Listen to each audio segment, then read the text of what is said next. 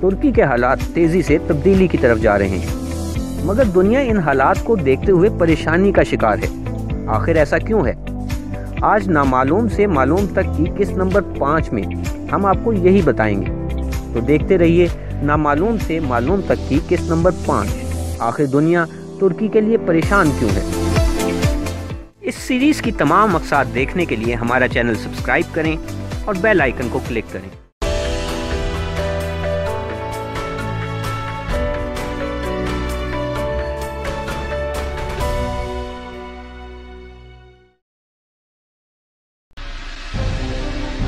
16 April سن 2017 کو ترکی میں ایک انتہائی ڈرامائی نوعیت کا ریفرینڈم کرایا گیا۔ اس ریفرینڈم کا نتیجہ بھی بہت دلچسپ تھا۔ ریفرینڈم نے ترکی کے طیب اردگان کو بے انتہا قانونی طاقت دی اور انہیں ترکی کا مختار کل اور سیاہ سفید کا مالک بنا دیا۔ اب ترکی کے اقتصادی اور فوجی معاملات پر ان کا اور صرف ان کا مکمل اختیار ہے۔ وہ بغیر کوئی ووٹ حاصل کیے اپنی مرضی سے عدالتوں میں ججوں کی تعیناتی کر سکتے ہیں۔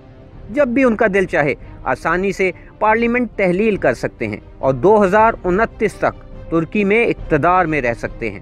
بہت سے لوگوں کا خیال ہے کہ اس ریفرینڈم کے بعد انہیں ایک ڈکٹیٹر کی حیثیت حاصل ہو گئی ہے۔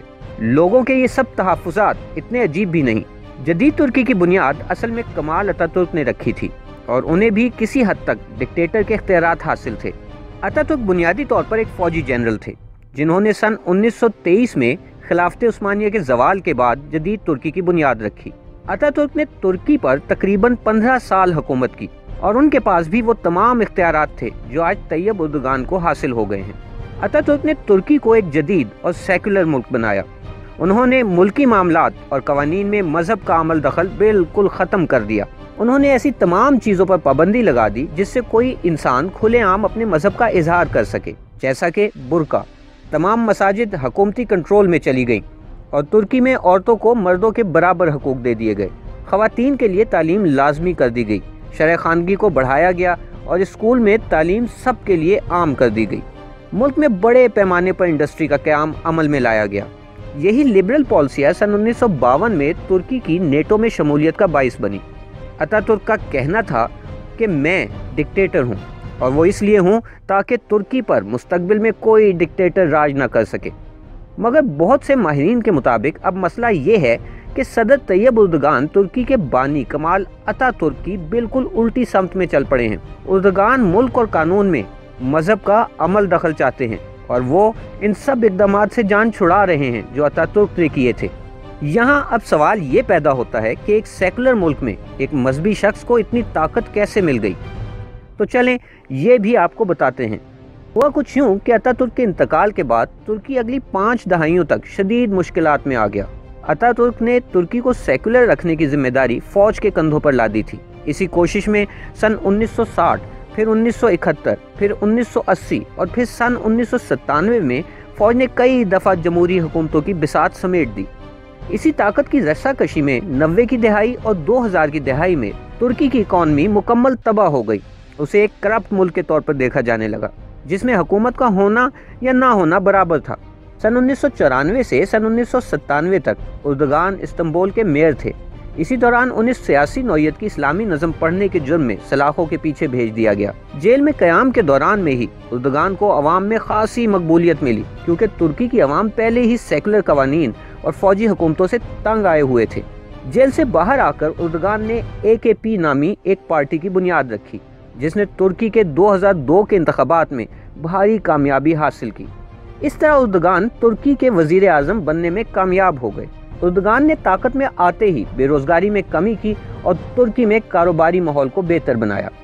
ان اقدامات سے تیزی سے بہتری آنے لگی اور ترکی یورپین یونین کا ممبر بننے میں بھی کامیاب ہو گیا۔ اردگان نے ترکی کی ڈوبتی کشتی کو بچا لیا۔ اس طرح اردگان کی مقبولیت میں بے انتہا اضافہ ہوا۔ اردگان کی طاقت میں بھی اضافہ ہوتا چلا گیا، مگر پھر ماہرین کے مطابق اردگان طاقت کے حصول کی دوڑ میں بہت دور نکل گئے۔ اگلے 10 سال تک ترکی کی اکانومی میں ترقی آئی اور ساتھ ہی ملکی معاملات میں مذہب کا عمل دخل بڑھنا شروع ہو گیا اور اس کے ساتھ اردگان کی طاقت کے حصول کی چاہت بھی۔ اس وقت ایک ہنگامہ کھڑا ہو گیا جب اردگان نے کہا کہ مرد اور عورت برابر نہیں اور عورتیں ماں بننے کے لیے ہیں۔ ان کی حکومت پر یہ الزام بھی لگایا گیا کہ انہوں نے بہت سے احتجاج کرنے والوں کو اور صحافیوں کو دہشت گردی کے قوانین کی آڑ میں گرفتار کر لیا ہے۔ سن 2013 میں استنبول میں اردگان کے خلاف ایک چھوٹا سا پرامن مظاہرہ ہوا۔ اردگان کے حکم پر پولیس نے پرامن مظاہرین پر دھاوا بول دیا، جس کے نتیجے میں صورتحال مزید کشیدہ ہو گئی اور مزید مظاہرین سڑکوں پر نکل آئے۔ اردگان ظالم ڈکٹیٹر کے نعرے بلند ہونے لگے۔ اردگان نے اتاترک کے سیکولر قوانین کی دھجیاں بکھیرنا شروع کر دیں۔ عورتوں کو برقع پہننے کی اجازت مل گئی اور مساجد کو حکومتی کنٹرول سے آزاد کر دیا گیا۔ سن 2014 میں اردگان صدر کے طور پر منتخب ہو گئے اور ترکی میں صدر کے پاس کوئی خاص اختیارات نہیں ہوتے تھے، مگر ملکی پالیسیوں کو دیکھتے ہوئے یہ کہنا مشکل نہ تھا کہ اب بھی اصل طاقت اردگان کے پاس ہی تھی۔ یہ سب دیکھ کر ترکی کے سیکولر حلقوں میں بے چینی بڑھتی جا رہی تھی۔ ان کے ذہنوں میں سوال جنم لے رہا تھا کہ آخر ان کا ملک کمال اتاترک کی قائم کردہ روایات سے دور کیوں جا رہا ہے۔ دوسری جانب ترکی کی فوج، جس کو اتاترک نے ترکی کی سیکولر ریاست قائم رکھنے کی ذمہ داری سونپی تھی، تشویش کا شکار تھی۔ آخرکار فوج کے کچھ حلقوں نے 2016 میں حکومت گرانے کا فیصلہ کیا۔ فوج تقریباً اس میں کامیاب بھی ہو گئی، مگر فوجی حکومتوں سے تنگ عوام اس بار فوج کی حمایت کو تیار نہ تھے۔ طیب اردگان نے موبائل اسکرین کے ذریعے تمام ترک عوام سے حمایت کی درخواست کی۔ یہ ایک عجیب موقع تھا، کیونکہ ترک عوام کے مذہبی اور سیکولر حلقے فوجی مداخلت کے خلاف سڑکوں پر نکل آئے۔ فوج نے F-16 طیاروں کے ذریعے پارلیمنٹ پر بمباری کی، ٹینکوں نے عوام پر گولیاں برسائیں، مگر عوام فوج کے راستے میں کھڑے تھے اور اس بار مارشل لاء کی کوشش عوام نے ناکام بنا دی۔ فوجی مداخلت کو کچلنے کے بعد اردگان کو مزید شہرت، مقبولیت اور طاقت حاصل ہوئی۔ مختلف الزامات لگا کر 1 لاکھ سے زیادہ اساتذہ، صحافیوں، فوجیوں اور سیاستدانوں کو گرفتار کر لیا گیا، جن میں سے کئی ہزار اب بھی سلاخوں کے پیچھے ہیں۔ اسی عوامی حمایت کے بلبوتے پر مزید اور دیر پا طاقت کے حصول کے لیے اردگان نے وہ ریفرینڈم کرایا جس کا ہم ذکر کر چکے ہیں۔ ریفرینڈم کے نتائج حیرت انگیز تھے۔ اس ریفرینڈم کے ذریعے اردگان بے انتہا اختیارات حاصل کرنے میں کامیاب تو ہو گئے، مگر ریفرینڈم سے یہ رخ بھی سامنے آیا کہ ترکی کے عوام کی بڑی تعداد سیکولر اور اتاترک والا ترکی ہی چاہتے ہیں۔